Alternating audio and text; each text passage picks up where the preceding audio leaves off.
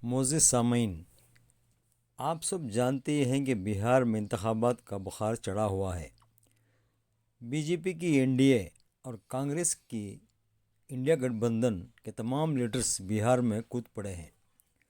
बिहार में पिछले 20 साल से नीतीश कुमार मुख्यमंत्री बने हुए हैं। नीतीश कुमार के बारे में कहा जाता है कि वो मुख्यमंत्री की कुर्सी किसी भी हाल में छोड़ना नहीं चाहते। वो मुख्यमंत्री बने रहने के लिए किसी भी पार्टी का साथ लेने और साथ देने पीछे नहीं हटते। शर्त यह है कि उनको मुख्यमंत्री बनाया जाए। जब से नीतीश कुमार की पार्टी जेडीयू बीजेपी से मिलकर बिहार में हुकूमत कर रहे हैं, बिहार के तमाम सेक्युलर वोटर्स नीतीश कुमार से नाराज़ हैं। दूसरी तरफ बिहार के युवा नेता और लालू प्रसाद यादव के बेटे तेजस्वी यादव को बिहार के लोगों का दिल जीतने में कामयाब हो गए हैं। तेजस्वी यादव की पार्टी आरजेडी कांग्रेस की महागठबंधन में शामिल है। 2024 के लोकसभा इलेक्शन के बाद से ही बिहार में ये अफवाहें फैल रही थी कि इस बार बिहार के असेंबली इंतखाबात में नीतीश कुमार बीजेपी की एनडीए हार जाएगी। इस बात का पता उस वक्त चला जब राहुल गांधी ने बिहार में वोट चोरी यात्रा निकाली। राहुल गांधी के साथ तेजस्वी यादव भी शामिल थे। पता नहीं क्या हुआ सामाइन, बिहार में इलेक्शन कमीशन ने एसआईआर का कानून लाकर लाखों वोटर्स को वोटिंग लिस्ट से बाहर कर दिया। बीजेपी हुकूमत का कहना है कि बिहार में घुसपैठियों को निकालने के लिए एसआईआर किया जा रहा है, क्योंकि घुसपैठियों के नाम वोटर लिस्ट में दाखिल हो चुके हैं। जबकि कांग्रेस महागठबंधन ने इलेक्शन कमीशन से पूछा कि कितने घुसपैठिए मिले हैं और जिन लोगों के नाम निकाले गए हैं वो लिस्ट जारी करो, तो इलेक्शन कमीशन कोई जवाब नहीं देता। कांग्रेस महागठबंधन का कहना है कि एसआईआर में 60 लाख से ज़्यादा दलित, आदिवासी, पिछड़े, मजदूर, गरीब और ज़्यादातर मुसलमानों के वोट काटे गए हैं। कांग्रेस महागठबंधन का कहना है कि जितने लाख वोटर्स के नाम काटे गए हैं वो तमाम वोटर्स कांग्रेस महागठबंधन के वोटर्स थे। कांग्रेस महागठबंधन का ये भी कहना है कि बीजेपी गवर्नमेंट इलेक्शन कमीशन से मिलकर हमारे वोटरों को डिलीट करके बिहार में इलेक्शन जीतने की कोशिश कर रही है, क्योंकि बीजेपी को पता है कि इस बार वो बिहार हारने वाले हैं। यही नीतीश कुमार चंद सालों पहले बीजेपी के मुखालिफ थे और महागठबंधन उन्होंने ही बनाया था, लेकिन अब मुख्यमंत्री की कुर्सी हासिल करने के लिए बीजेपी का साथ दे रहे हैं। याद रहे सामीन, नीतीश कुमार और चंद्रबाबू नायडू के सहारे ही मरकज़ में बीजेपी हुकूमत टिकी हुई है। बहरहाल बिहार में एसआईआर के ख़िलाफ़ सुप्रीम कोर्ट में कई पिटीशन्स ज़ेर समाअत थीं। अब हुआ ये कि कोर्ट का एसआईआर के ताल्लुक़ से आखिरी फ़ैसला आने से पहले ही आनन फानन में इलेक्शन कमीशन ने बिहार में इलेक्शन का बिगुल फूंक दिया। जल्दी में इलेक्शन का डेट अनाउंस कर दिया गया, जो नवंबर 6 और नवंबर 11 को बिहार में वोट डाले जाएंगे। सामाइन, सियासी जानकारों का कहना है कि अगर एसआईआर करना ही था तो 2024 के लोकसभा इलेक्शन से पहले पूरे भारत में एसआईआर करवा के और तमाम घुसपैठियों को निकाल कर बाद में लोकसभा इलेक्शन करवाना चाहिए था।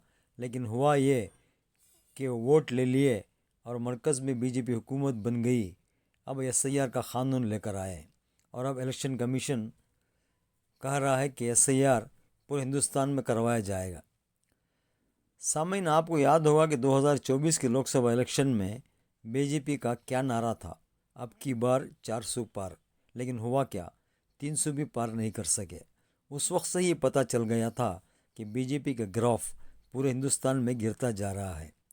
सियासी जानकारों का कहना है कि एसआईआर लाने की असल वजह यही है कि गैर बीजेपी वोटर्स को घुसपैठियों का नाम देकर उनके वोट काट दिए जाएं और आसानी से इलेक्शन जीत लिया जाए। लेकिन सामाइन, हर हिंदुस्तानी को अब यह समझ आ चुका है कि इलेक्शन में कहीं ना कहीं दाल में काला ज़रूर है। ये शक यकीन में इस वक्त बदल गया जब राहुल गांधी ने एटम बम फोड़ा। राहुल गांधी ने खुल्लम खुल्ला इलेक्शन कमिश्नर पर इल्ज़ाम लगाया कि वो बीजेपी से मिलकर पूरे हिंदुस्तान में इलेक्शन चोरी कर रहा है। और दुनिया के सामने कई सबूत भी दिखाए। उसी को लेकर राहुल गांधी ने तेजस्वी यादव के साथ मिलकर पूरे बिहार में वोट चोरी यात्रा निकाली। इस यात्रा के बाद बिहार में राहुल गांधी और तेजस्वी यादव की मकबूलियत में इजाफा हो गया है और कहा जा रहा है कि महागठबंधन की ये दो पार्टियां कांग्रेस और आरजेडी बिहार का इलेक्शन जीत सकते हैं। दूसरी तरफ बीजेपी एनडीए का हाल यह है कि नीतीश कुमार की पार्टी जेडीयू के साथ मिलकर बीजेपी बिहार में कदम जमा चुकी है। बीजेपी को पूरा भरोसा है कि वह बिहार का इलेक्शन जीतेगी, लेकिन ताज्जुब की बात यह है कि बीजेपी की बिहार जीतने के बाद नीतीश कुमार को मुख्यमंत्री बनाने का वादा नहीं कर रही है। अमित शाह ने क्या कहा, यह सुनिए। मालूम नहीं आप कैसा सवाल पूछ रहे हो। मैं भला कौन होता हूं किसी को मुख्यमंत्री बनाने वाला? इतनी सारी पार्टियों का गठबंधन है। चुनाव के बाद जब बैठेंगे सभी दल, विधायक दल के नेता बैठेंगे और अपना नेता तय कर लेंगे। अभी हम नीतीश कुमार जी के नेतृत्व में ही चुनाव लड़ रहे हैं और हमारे चुनाव का नेतृत्व नीतीश कुमार जी ही कर रहे हैं।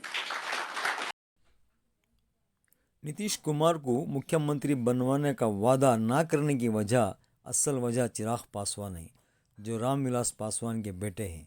चिराग पासवान भी मुख्यमंत्री बनना चाहते हैं।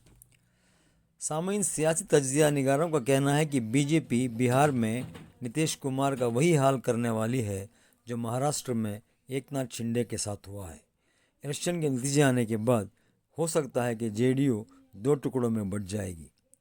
सामईन, बिहार में इलेक्शन कमीशन ने इंतखाबात की तारीख का ऐलान करने से एक दिन पहले या चंद घंटे पहले नीतीश कुमार और बीजेपी मिलकर बिहार की औरतों के खातों में 10-10 हज़ार रुपये डाल दिए हैं। 20 साल से नीतीश कुमार बिहार के मुख्यमंत्री हैं, लेकिन अचानक इस मर्तबा जल्दी में 10-10 हज़ार रुपये दे देना ये साबित करता है कि जेडी और बीजेपी बिहार में कितना घबराए हुए हैं। सामईन, इस मर्तबा बिहार में कई पार्टियों के दरमियान मुकाबला है। कई पार्टियां इसलिए भी हिस्सा ले रही हैं या उनको खड़ा किया गया है ताकि सेक्युलर वोट्स को काट दिए जाएं। बिहार के इलेक्शन पर अगर गहरी नज़र डालें तो पता चलता है कि इस बार किसी को भी बहुमत नहीं मिलेगा। अगर तमाम सेक्युलर पार्टियां या यूं कहिए कि गैर बीजेपी वोट किसी एक पार्टी को मिलेंगे तो बीजेपी और जेडीयू का जीतना मुश्किल हो जाएगा। दूसरी बात यह है सामईन के आज इलेक्शन कमीशन ने हिंदुस्तान की 12 रियासतों में एसआईआर करवाने का ऐलान किया है। अभी तक बिहार के एसआईआर का मामला सुप्रीम कोर्ट में चल रहा है और इलेक्शन कमिश्नर ज्ञानेश कुमार कहते हैं कि बिहार में एसआईआर कामयाब हुआ है, लेकिन वो ये नहीं बताते कि घुसपैठिया कितने मिले। सामईन, कहीं ना कहीं पूरे भारत के लोगों को ये लग रहा है कि कुछ तो राजदारी है जिस पे पर्दादारी है। सामईन, मेरे इस चैनल को लाइक, शेयर और सब्सक्राइब कर लें।